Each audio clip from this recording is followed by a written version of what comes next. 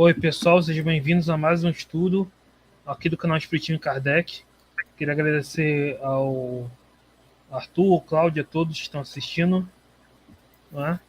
Então, vamos começar aí do item 330, né? Então, a gente pode variar na leitura, né? Cláudio ou Arthur querem começar lendo?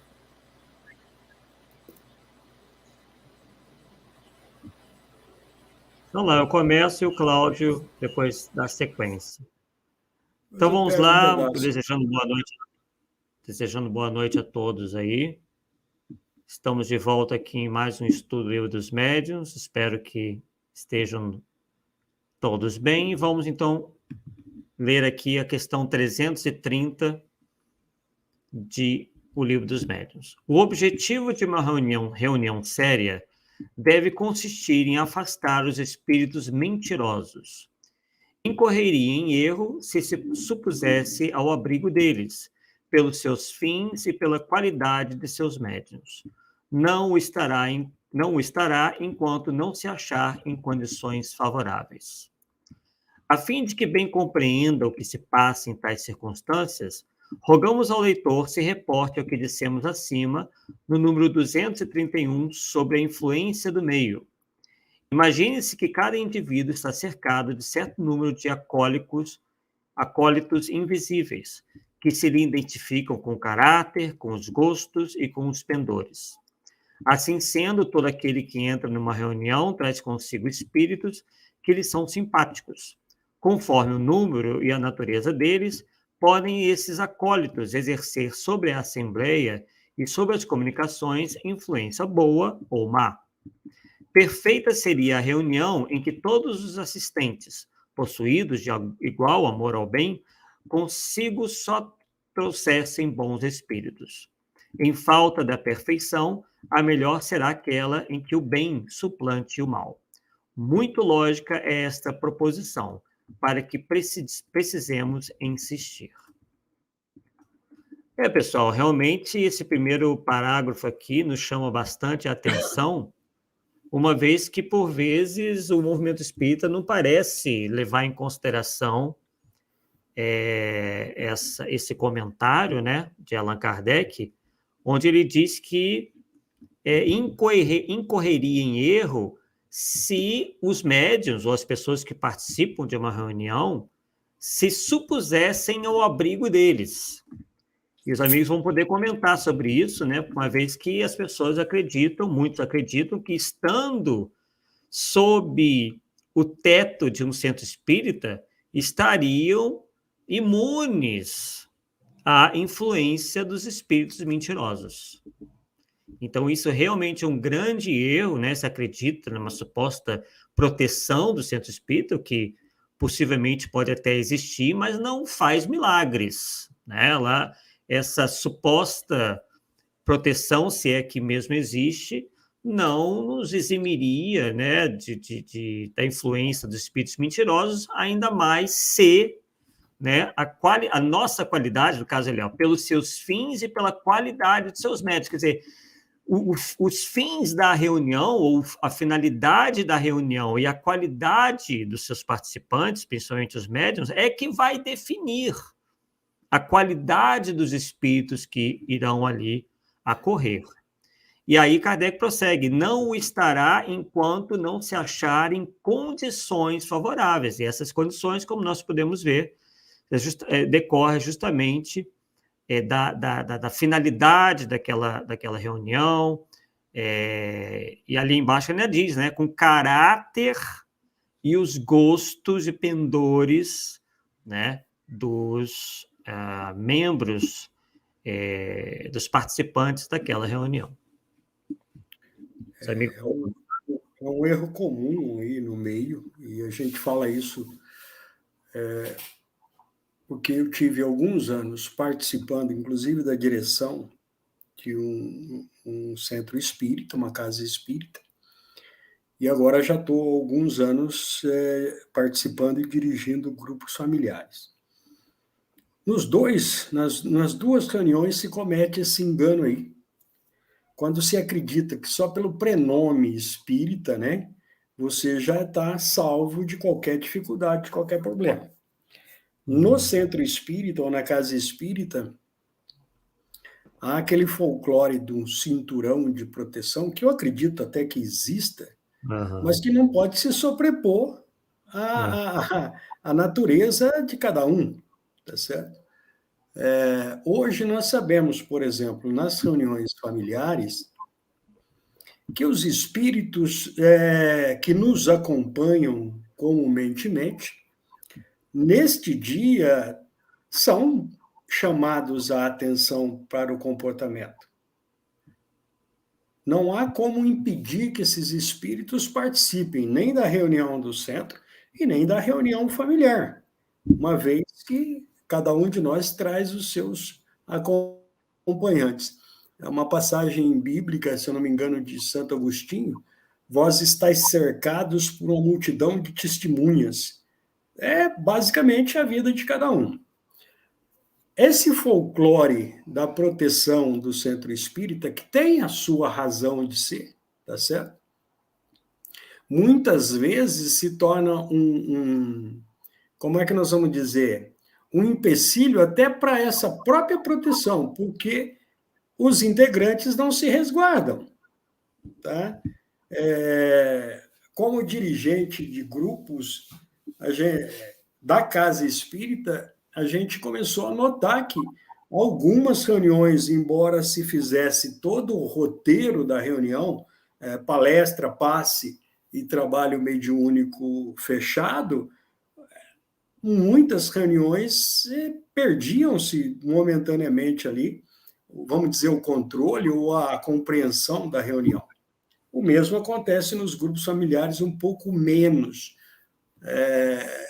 de volume, porque os grupos são menores e as pessoas, a gente consegue, com o estudo, colocar essas questões às claras para as pessoas, o que a gente não vê em muitas casas espíritas.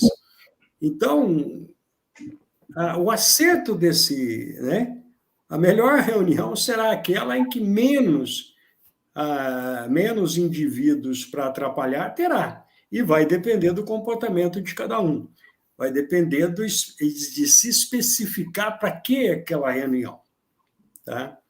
E nós já tivemos muitas vezes nos grupos familiares também, observando que se perde momentaneamente ali o controle da reunião, porque você tem influências diversas atuando ali. Aí, quando a gente começa a observar isso e colocar o estudo em prática, chama-se os integrantes do grupo num reservado ou em dias seguintes, e você vai descobrir que aquela pessoa veio com problemas familiares seríssimos, às vezes com problemas de saúde seríssimos, tá? E, naturalmente, trouxe a sua companhia espiritual ao fim. Isso quando a gente... vamos extrapolar a coisa aí, infelizmente, seres humanos são assim, alguns com seus vícios e com seus comportamentos, mesmo a doutrina chamando a atenção dessa questão, traz espíritos afins. E um espírito que está para brincar, está atrás de algo específico para ele, não quer saber da seriedade de uma reunião. Então, se ele estiver ali, ele vai tentar atrapalhar inicialmente a reunião. Nós, inclusive, temos vários exemplos disso, acontecendo, inclusive, com a nossa própria pessoa. Poxa, você teve um dia complicado, trabalho, família, situações variadas aí, onde você se deixa abater, ou você se descontrola, mesmo que seja momentaneamente. A questão da atração é aquilo que você emocionalmente está expandindo de si, tá? Às vezes, um comportamento, vamos dizer assim, aparentemente inocente, uma conversa muito boba, uma coisa que você perde o controle da razão ali, e, de repente, você está no meio da reunião com essas companhias, tá? Então, não tem reunião perfeita, como diz o o próprio ensinamento aí. A reunião mais perfeita será aquela em que tiver menos espíritos descompromissados. E isso começa com o grupo. Quando você encontra um grupo enxuto, compromissado com aquele tipo de reunião e com aquelas tarefas que vão ser executadas, com aquele estudo que está sendo passado, você, mesmo tendo essas companhias, você tem excelentes reuniões.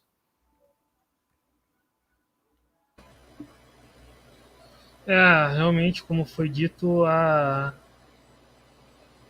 o local não é uma proteção, né, mágica, o pensamento que atrai para onde você estiver, né? Então, ter bons pensamentos e pensar só no bem, né, para atrair bons espíritos. Independente do local, se você estiver ali com maus pensamentos, isso não vai te proteger, né? Não é o local, mas é o pensamento que afeta os fluxos, que afeta os espíritos. É isso. Perfeito. Uma lei geral não pode ficar abaixo de uma situação em particular, né? Então, é mais ou menos isso, que como foi dito, muito bem dito aí, o que vale, né, o que vai ser, será o pensamento, as intenções, as finalidades da reunião. É isso que vai determinar, e não uma suposta proteção, que, como bem disse o Cláudio, pode até haver, realmente não duvidamos disso, mas não vai impedir que um espírito mentiroso, mal intencionado, ali explore pessoas que estão afinizadas com aquela entidade ou aquelas entidades espirituais. Bem, vamos lá então dar sequência. Cláudio, gostaria de ler então a questão 331?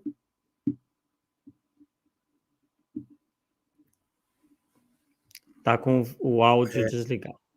Uma reunião é um ser coletivo, cujas qualidades e propriedades são o resultante dos seus membros e formam como que um feixe. Ora, esse feixe tanto mais força terá, quanto mais homogêneo for. E se houver compreendido bem o que foi dito, número 282, pergunta 5, sobre a maneira por que os espíritos são avisados do nosso chamado, facilmente se compreenderá o poder da associação dos pensamentos dos assistentes. Desde que o espírito é de certo modo atingido pelo pensamento, como nós somos pela voz, 20 pessoas unindo-se com a mesma intenção terão necessariamente mais força do que uma só. Mas a fim de que todos esses pensamentos concorram para o mesmo fim, preciso é que vibrem em uníssono, que se confundam, por assim dizer, em um só, o que não pode dar-se sem a concentração. Por outro lado, o espírito enxergando a um meio que lhe seja completamente simpático, aí se sentirá mais à vontade, sabendo que só encontrará amigos. Virá mais facilmente e mais disposto a responder. Quem quer que haja acompanhado com alguma atenção as manifestações espíritas inteligentes, forçosamente se há convencido dessa verdade. Se os pensamentos forem divergentes, resultará daí um choque de ideias desagradável ao espírito e, por conseguinte, prejudicial à comunicação. O mesmo acontece com um homem que tenha de falar perante uma assembleia. Se sente que todos os pensamentos lhe são simpáticos e benévolos, a impressão que recebe reage sobre as suas próprias ideias e lhes dá mais vivacidade. A unanimidade desse concurso exerce sobre ele uma espécie de ação magnética que lhe decuplica os recursos, ao passo que a indiferença ou a hostilidade o perturbam e paralisam. É assim que os aplausos eletrizam os atores. Ora, os espíritos muito mais impressionáveis do que os humanos, muito mais fortemente do que estes sofrem, sem dúvida, a influência do meio. Olha, toda reunião espírita, pois, deve tender para a maior homogeneidade possível. Está entendido que falamos em que se deseja chegar a resultados sérios e verdadeiramente úteis. Se o que se quer é apenas obter comunicações, sejam estas quais forem, sem nenhuma atenção à qualidade dos que as deem, evidentemente desnecessários se tornam todas essas precauções. Mas então, ninguém tem que se queixar da qualidade do produto. É interessante aí,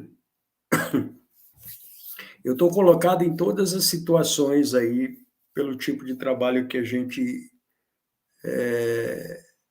decidiu há alguns anos, há mais de 20 anos, buscar, e estamos procurando aprimorar através da prática e através do estudo contínuo da doutrina. Há 25 anos atrás, mais ou menos, a gente começou a perceber essas dificuldades no centro espírita, pelo modelo organizado aí do movimento, com a questão da organização. Não estamos nos referindo aqui a nenhuma crítica. O que acontecia nessa casa específica? Uma belíssima casa, inclusive, que a gente participou desde a sua fundação, construção do prédio e tudo.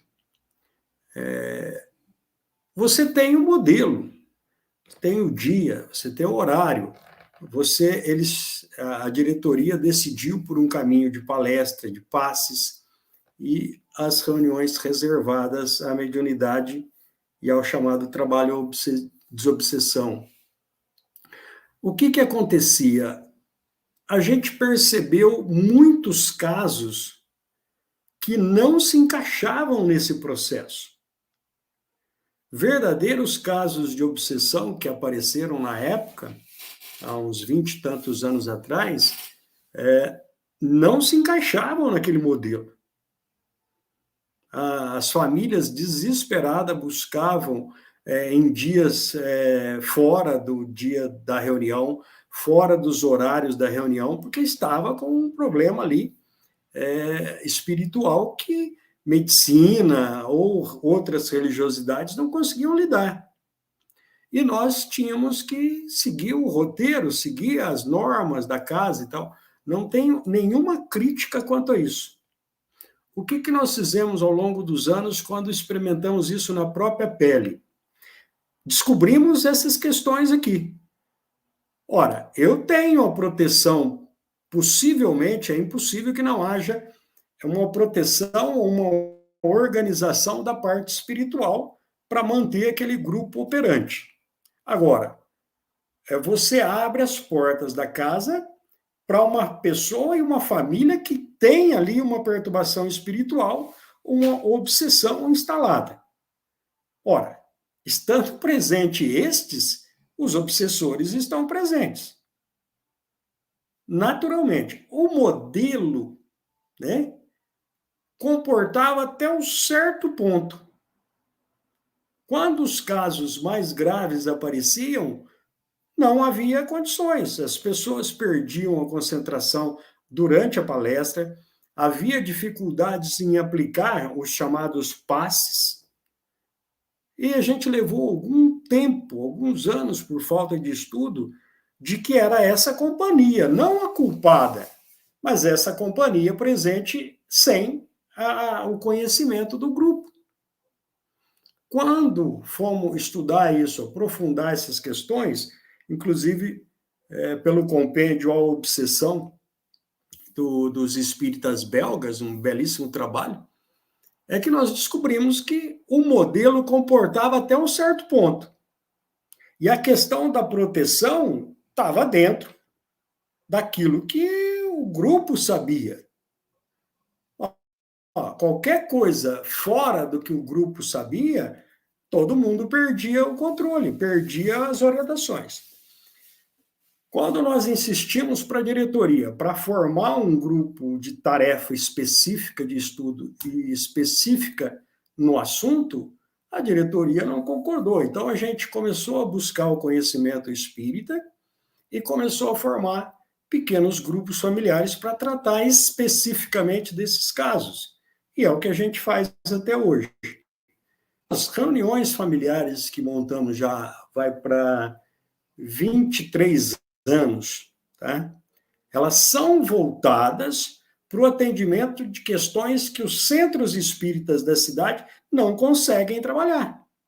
Tanto é que as diretorias dos centros espíritas encaminham esses casos para o grupo familiar aqui. Então, quem vem, por exemplo, as primeiras vezes na reunião, se não tiver uma base mínima de estudo do que a gente está fazendo aqui, dificilmente vai compreender o que se passa na reunião.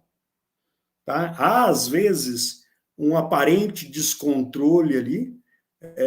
Acho que J. Herculano Pires descreve muito bem essa questão, né? O médium perde momentaneamente ali, entre aspas, o controle, às vezes, físico, o controle motor, o controle da fala, do comportamento, até que a equipe adeque a questão ali envolvida e minutos depois, horas depois, todos vão para casa tranquilamente. A gente já faz isso há 23 anos, basicamente, tá? E é essa questão aí. No centro espírita, como isso aí é lei, o Arthur tocou aí, o fato de eu achar que tem uma proteção, de eu achar que tenha uma orientação espiritual ali tomando conta, vamos dizer assim, não significa que as leis maiores de afinidades e atração vão ser superadas. Porque tem uma placa, ou porque tem um dirigente, ou porque tem um grupo X ou Y. Tá? O grupo tem que aprender a trabalhar com essas questões aí. Tá? Infelizmente, a gente vê muito pouco isso. Na cidade aqui, nós temos 3 casas espíritas, cada uma com as suas cores, com o seu modelo, vamos dizer assim, mas nenhuma específica para tratar desses casos aí, que são encaminhados para os nossos grupos familiares, onde os médiuns, onde a equipe, onde os integrantes estão familiarizados com essas questões, inclusive para lidar com esse tipo de espírito, que vem na companhia daqueles que buscam a casa, que buscam a reunião, né? Basicamente é isso aí.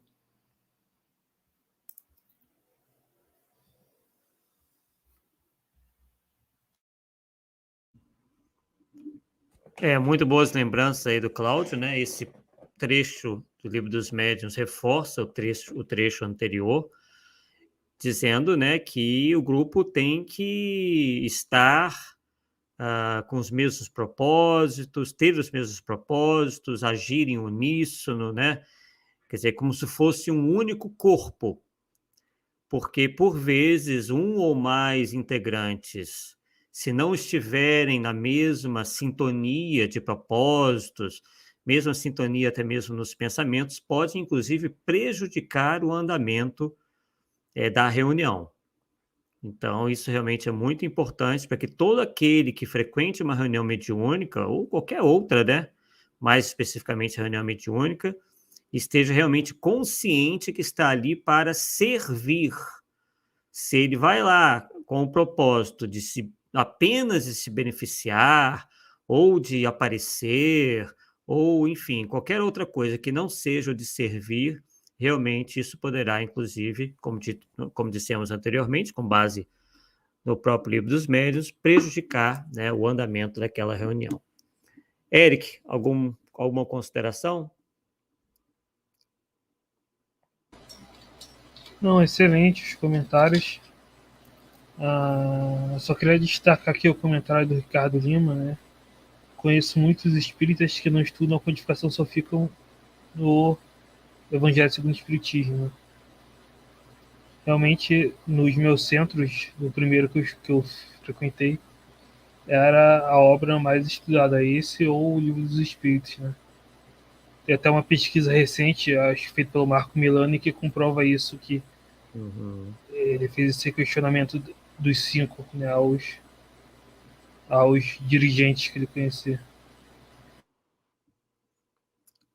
Boa lembrança aí, Eric. Realmente, Isso vai muito, né, da crença das pessoas de que o espiritismo é uma religião, né, e que vai unicamente focar nos assuntos ligados à religião ou ao cristianismo, enquanto o espiritismo vai além, né? O espiritismo claro, se baseia nas leis do Cristo, nas leis morais que Jesus veio nos revelar, mas ele vai muito além, ele é a terceira revelação. Ele realmente, a moral está assentada na moral que o cristianismo nos trouxe através de Jesus, mas ele vem trazendo, né, uma série de informações das quais nós não tínhamos como realmente compreender devido ao atraso intelecto-moral da humanidade até então, né? Então, informações e uma série de ensinos que só hoje a humanidade é capaz de compreender. Uma das grandes dificuldades, só para a gente complementar aí, Perfeito. não são críticas às casas espíritas ou grupos espíritas.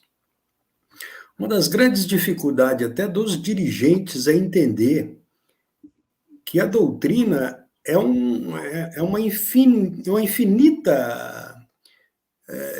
vamos dizer assim, uma infinita obra para todas as questões. E, infelizmente, as casas, só por ostentarem o nome espírita, abre a porta para todas as situações, antes de ver com que tipo de situações aquele grupo está apto a lidar. A questão, por exemplo, da pequena cidade em que eu vivo aqui, basicamente três grupos ditos espíritas. Havia um grupo, e há um grupo, que eles são muito dedicados ao estudo do Evangelho, do Livro dos Espíritos. Então, algum tempo atrás, a gente sentou com os dirigentes e conversou, olha, a nossa casa tem mais facilidade e está mais focada no trabalho com a mediunidade. Vocês estão mais focados com o estudo.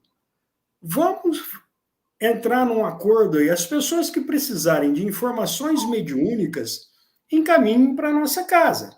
As pessoas que procurarem evangelização, que procurarem o conhecimento básico, nós enviamos para de vocês. E assim deveria ser. Porque se supõe que aquela casa espírita vai tratar de todas as situações, porque todas as situações remetem aos espíritos, tá? Hoje, por exemplo, eu recebi um telefonema de uma mãe que tem um filho diagnosticado com esquizofrenia e que está em crise. Se podia trazer ele no centro espírita. Eu falei, olha, eu não participo mais do centro espírita e a senhora teria que levá-lo a um psiquiatra, a um trabalho clínico. Ele está no trabalho clínico, mas eu acho que não está funcionando. Olha onde leva as questões. Tá? Primeiro, o trabalho clínico. Nós já chegamos a acompanhar vários casos de esquizofrênicos com a anuência do médico que o está tratando. E não ao contrário. A casa espírita tratar do esquizofrênico antes dele concluir um tratamento clínico. Os dirigentes vivem, às vezes, vivem numa bolha sem conhecimento. O amigo aí que colocou a questão aí, que só querem estudar o Evangelho, e abrem as portas para esses casos, o que é uma loucura total. Tá certo? Basicamente é isso, a falta desse estudo aqui. Não que o Evangelho não seja importante, com certeza. Perfeito. Realmente, embora o Evangelho segundo o Espiritismo faça parte, né, das obras fundamentais, seja uma das obras fundamentais, para que a gente realmente tenha uma visão mais completa do Espiritismo, se faz muito necessário o estudo de todas as obras fundamentais de Allan Kardec e também a Revista Espírita e, se puder, todas as outras obras de Allan Kardec, como que é o Espiritismo, Viagem Espírita, 1862, e muitas outras, né? Obras póstumas, embora sejam escritos pós-mortem, né? Quer dizer, recolhidos aí após a morte de Allan Kardec, mas como cultura geral do Espiritismo também é bastante importante. Bem, Eric, gostaria então de ler para a gente o item 332? Perfeito. Então vamos lá. Uma reunião, sendo o recolhimento e a comunhão dos pensamentos as condições essenciais a toda reunião séria, fácil é de compreender-se que o número excessivo dos assistentes constitui uma das causas mais contrárias à homogeneidade. Não há, é certo, nenhum limite absoluto para esse número, e bem se concebe que 100 pessoas suficientemente concentradas e atentas estarão em melhores condições do que estariam 10, se distraídas e barulhentas. Mas também é evidente que quanto maior for o número, tanto mais difícil será o preenchimento dessas condições. Aliás, é fato provado pela experiência que os círculos íntimos de poucas pessoas são sempre mais favoráveis pelas comunicações, pelos motivos que vimos de expender. Vou dar uma parada interessante, né? Que na Revista Espírita, no artigo, até Kardec fala da religião, né, no sentido filosófico, ele diz, né, que é preferível grupos familiares e grupos menores porque é mais fácil manter a concentração, né, e a intimidade, que gera uma afinidade fluídica melhor, né? Então, a Kardec até prefere, às vezes, de grupos familiares, íntimos, particulares, do que sociedades formais, mas muito cheias, né? Salões onde era mais difícil, embora não impossível, como diz aí, né? Não impossível, mas muito mais difícil, né? Dada a evolução do nosso mundo, manter a homogeneidade, né? De pensamentos no bem, de princípios, né? Que é um fator importante, a homogeneidade nas reuniões sérias, né? Não precisa concordar exatamente com 100%, né? Ninguém concorda 100% com todos, mas ele fala homogeneidade no sentido do mesmo pensamento no bem, né? E de acordo com os mesmos princípios fundamentais, né? Pelo menos. Olha, são questões pontuais, né? Como a gente tem a experiência da casa espírita, onde a gente iniciou, e tenho a questão hoje da experiência dos grupos familiares, a gente pode falar com um certo conhecimento de causa.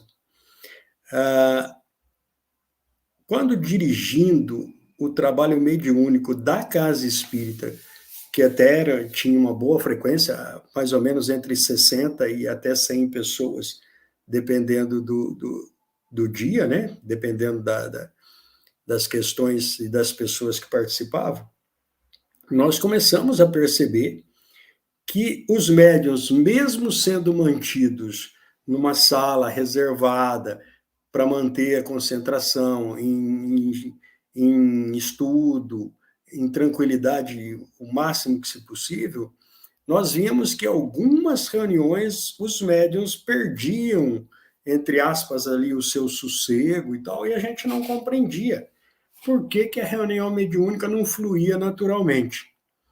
Nós fomos começar a estudar e fomos realmente cair nisso daí. Então, nós começamos a observar que, dependendo do movimento que a casa tinha, e principalmente do movimento de pessoas que vinham a primeira vez, a reunião lá depois, mesmo que o público se retirava, era um pouco mais complexa. Era um pouco mais ali desafiadora de você manter a serenidade, de você manter os médiuns tranquilos, tá?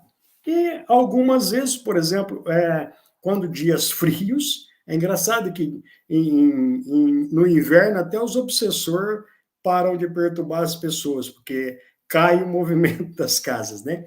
Em dias, por exemplo, chuvosos, ia um número menor de pessoas. E você estava com o mesmo número de trabalhadores. A reunião fluía muito melhor, muito mais tranquila. Foi onde a gente foi ver exatamente isso daqui colocado na prática diária da casa espírita lá. Tá? O que fizemos para, vamos dizer, equilibrar, ou pelo menos na época, tentar equilibrar isso aí? O grupo mediúnico, nós formamos um grupo de estudo focado no livro dos médiuns, item a item, até que todos os médiuns que compunham o grupo melhoraram sensivelmente, independente da qualidade do público que chegava. Tá? Mas é uma coisa assim, conta aí. Às vezes você consegue manter 60, 80 pessoas, 100 pessoas na palestra, vamos dizer assim, preparatória do Evangelho, você consegue manter ali com um certo interesse e tal. Mas na maioria das vezes não.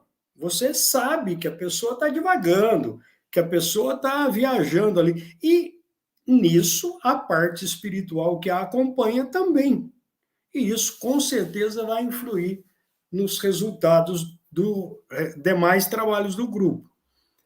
Os grupos familiares hoje, que a gente trabalha sem o público, vamos dizer assim, então você tem entre 10, às vezes 12, 15 pessoas no máximo, você mantém um pouco mais de tranquilidade e flui melhor o trabalho. Mesmo esse trabalho direcionado à espiritualidade difícil, aos espíritos complicados, aos espíritos muito mais difíceis de se lidar.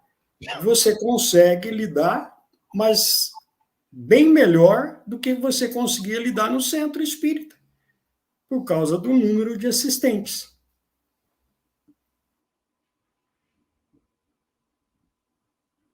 Realmente.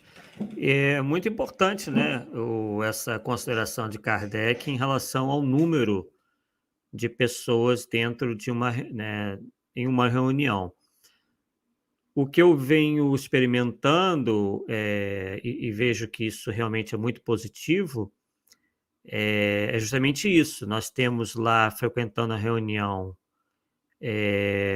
5 pessoas, de 4 a 5 pessoas, sendo que fica uma pessoa, né, um dialogador para cada médium, né? São 2 médiums, 2 dialogadores e um fica na assistência.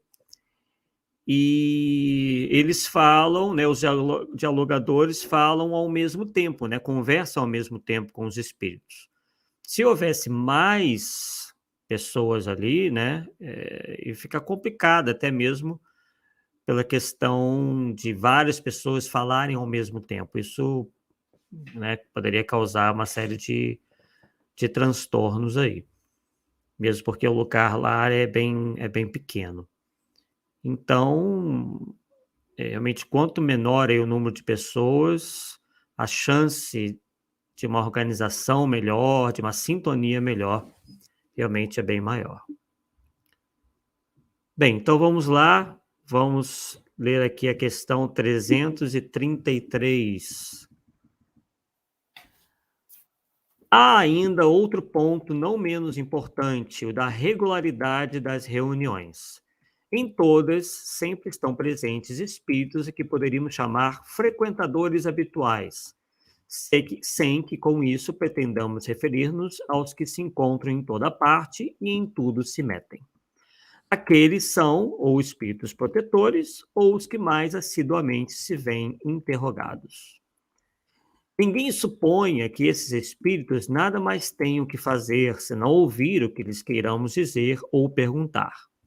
Eles têm suas ocupações, além disso, podem achar-se em condições desfavoráveis para serem invocados.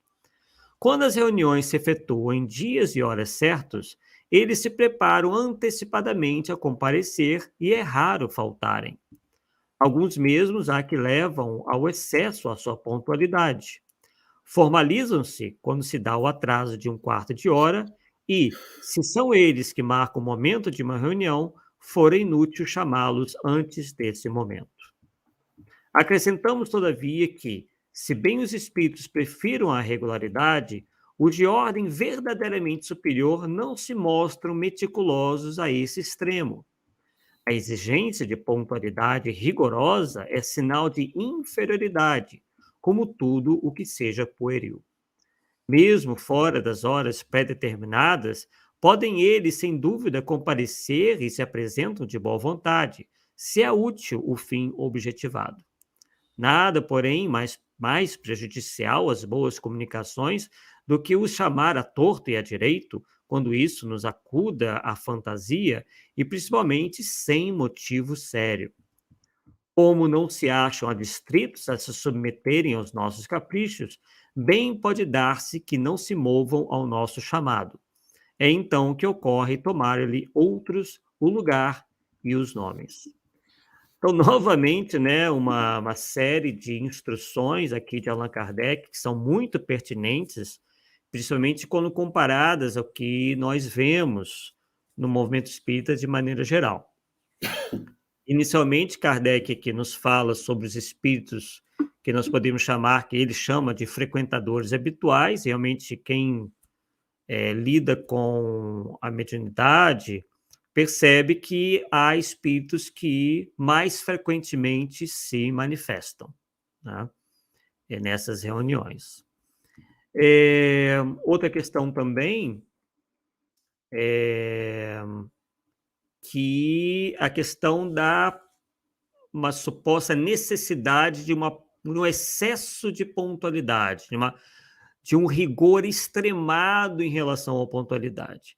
E os amigos devem notar que isso é muito comum, né, nas reuniões, onde se tem um horário exato para iniciar a reunião e um horário também preciso para concluí-la. Não, e aqui está bem claro, né, que não há necessidade de tanto rigor assim em relação à questão de horário. Claro que, por força da organização, por força da necessidade, inclusive, dos frequentadores de, às vezes, pegarem o seu transporte ou terem seus compromissos, é bom que não se fuja muito disso, né? Mas, em relação aos espíritos propriamente ditos, não há necessidade nenhuma, né, desse excesso aí na pontualidade. E no parágrafo final, o que a gente tem percebido aí, inclusive alguns canais de YouTube que têm se proposto a transmitir algumas comunicações mediúnicas, é que a gente verifica aí que esses supostos médiuns que se põem aí a ser intermediários de tudo quanto é espírito, digamos assim, eles estalam os dedos e os espíritos aparecem.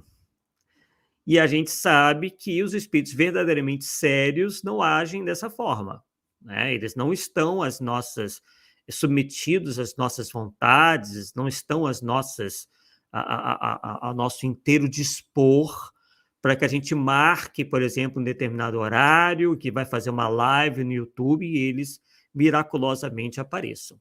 Então, quando isso acontece, nós temos aí duas possibilidades. Ou se trata, na verdade, de uma pseudo-mediunidade, né? Na verdade, não há espírito nenhum ali, ou espíritos frívolos, brincalhões, levianos, que se propõem ali a se apresentarem a qualquer momento, porque se encontram ali jungidos ao médium nesse trabalho de verdadeira enganação, possivelmente se fazendo passar por espíritos sérios, né? E às vezes eles tomam nomes sérios para se fazerem melhor, para melhor enganar, melhor dizendo, né? Então, realmente, muito importantes essas considerações. Cláudio e Eric? Olha, é interessante essas questões, né? Os espíritos protetores e os chamados comensais, hoje, por exemplo, com mais de 20 anos de reuniões familiares, são quase como parte da família, tá? Por incrível que pareça. E alguns espíritos, alguns médiuns, não todos, a gente já tem o conhecimento dos seus chamados protetores ou espíritos familiares, que sempre estão presentes ali e passam orientações, e passam, às vezes, os cuidados, tanto quanto o médium, quanto com a reunião. Isto aí realmente acontece sempre e naturalmente. A questão de dias e horas, é claro que você tem que ter um mínimo, né, de compromisso. Mas eu me lembro, quando a gente iniciou os grupos familiares, a gente vinha de uma escola sem estudo, e uma escola diferente. Essa escola olha, é 8 horas, 5 para as 8 eu fecho a porta. Tá? E aí a gente começou a perceber muitas faltas. Vamos começar a observar, que a doutrina, além de tudo, é uma ciência de observação, e começamos a conversar informalmente com os integrantes. Ora, o que acontece? Hoje, por exemplo, eu acredito que isso é a nível de Brasil, 70% a 90% dos médiuns são mulheres. E são mulheres compromissadas com o marido, com filhos e com o lar.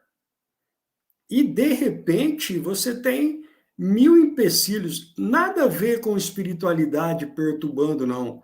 Mas a mulher tem que deixar a casa pronta, tem que deixar os filhos prontos, tem que deixar tudo pronto para poder participar de uma reunião 1 ou 2 vezes por semana.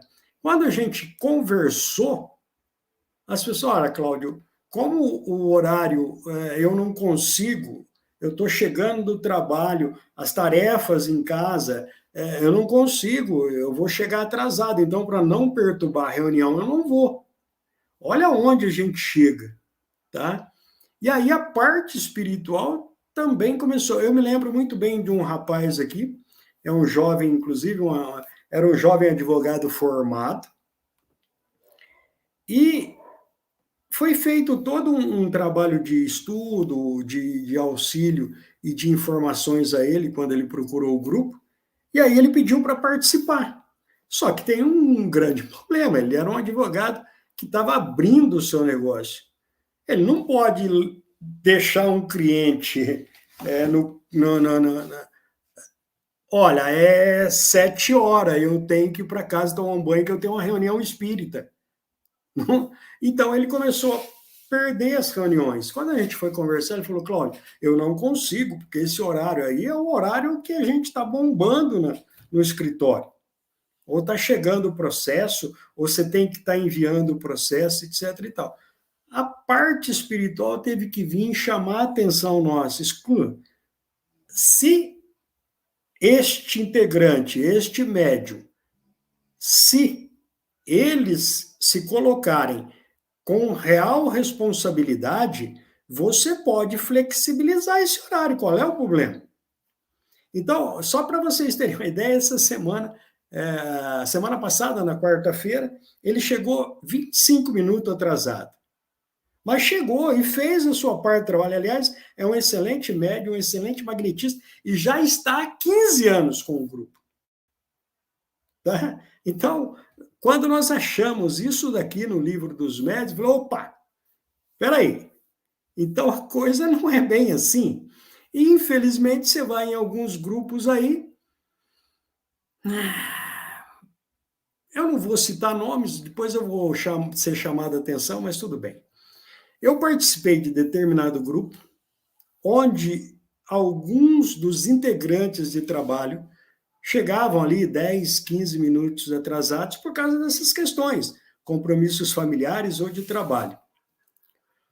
O dirigente, o presidente da casa, um dia viu uma pessoa chegando, ele falou, olha, eu quero aquela porta 5 minutos antes da reunião trancada. Eu falei, tudo bem, eu me comprometo a trancar. Fui lá e, na outra semana, tranquei a porta. Qual é a surpresa? Bate o filho do fulano, quase 20 minutos atrasado.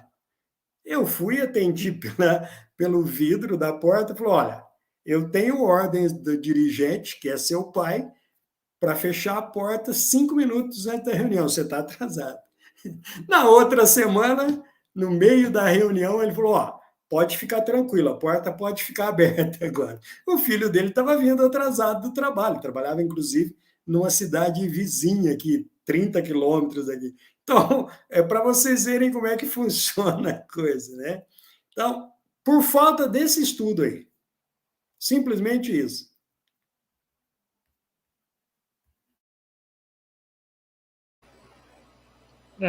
Realmente, essas questões materiais, né? Tempo, local, isso importa mais para a gente do que para os espíritos, né? Claro que se tiver um horário, eles já sabem, né? Já estão atentos e ficam antes, né? Os espíritos familiares. Mas, como diz aí, não é preciso extrema regularidade tão fixa, né? Dado que há questões da vida material que às vezes impedem essa regularidade, como o Cláudio bem disse, né? Então, isso são questões que mais afetam a gente do que os espíritos. Até porque, se for um espírito superior, né, que tenha, por exemplo, o dom da ubiquidade, isso nem realmente vai importar muito o tempo, né? Ou que esteja desencarnado. Isso é mais uma questão relativa aos encarnados, o tempo. Tem uma outra situação, né, em que às vezes você está no meio de uma comunicação mediúnica, no meio de um diálogo ali com o espírito, e deu a hora, né? E aí, você vai interromper porque deu a hora lá, 8 horas, por exemplo, 9 horas. Não, você pode, não tem problema nenhum, né? Se alongar um pouquinho mais, terminar ali aquele diálogo, aquele atendimento, né? E aí, então, a partir dali, você dá por encerrado os trabalhos. Agora, realmente, por quê? Porque o mais importante naquele momento é você dar continuidade e término àquele trabalho, e não porque soou a hora, né? Então, é preciso que a gente tenha essa noção do que realmente é prioritário, né? Sempre o trabalho em si é prioritário e o horário está em segundo plano. Mas, como bem disse os amigos, né, a questão da regularidade é importante, as reuniões acontecerem sempre nos mesmos dias, né, ocorrerem no mesmo horário, com certa flexibilidade, né, para principalmente o término, né, da reunião e também o começo, já vista que, como foi bem dito aí, às vezes a pessoa, um dos participantes é pego num engarrafamento, ocorre algum imprevisto que não, né, que simplesmente não estava ali sob seu controle. E tudo é uma questão mesmo de bom senso, né? E se evitar aí os exageros, tanto os exageros relacionados à indisciplina, né, quanto também a uma disciplina exagerada, quase que militar, algo que não é necessário ocorrer num centro espírita. Olha, para a gente encerrar essa parte do local e horário, eu vou partilhar com os amigos uma experiência que nós estamos passando agora e que está sendo muito grata. Nós temos uma reunião familiar com uma família, e essa família tem uma casa sem uso, aliás, no centro da cidade. Então, a família se propôs a montar uma reunião, porque a família vem de família espírita, e pediu para que a gente participasse nessa parte de orientação dos estudos e da mediunidade. A reunião já tem 10 anos, vai para o 12º ano agora. Parou aí nesse tempo do Covid aí, por causa que a maioria das pessoas da família estava acima de 70 anos que participa. Então, vocês vejam bem, a matriarca da reunião, uma senhora fez 96 anos sexta-feira passada agora. O ano passado, ela teve que fazer várias cirurgias, inclusive está com a saúde muito debilitada, mas ela ama participar das reuniões. Então, conversando com o grupo e com aqueles que são responsáveis pela família, nós passamos a reunião desse local específico para a casa dessa senhora. Ela ofereceu a casa, inclusive ficou muito grata. Então, esse ano, a reunião mudou. Qual surpresa quando a espiritualidade, um amigo envolve o médium e bate palmas.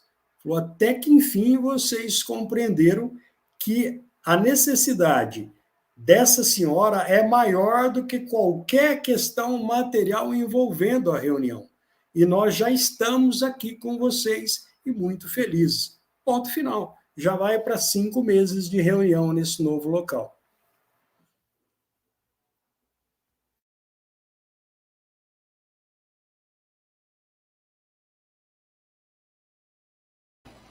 Excelente. Então, queria agradecer a todos, ao Arthur, ao Cláudio, e até a próxima, pessoal. Curtam, compartilhem, se inscrevam, e até a próxima.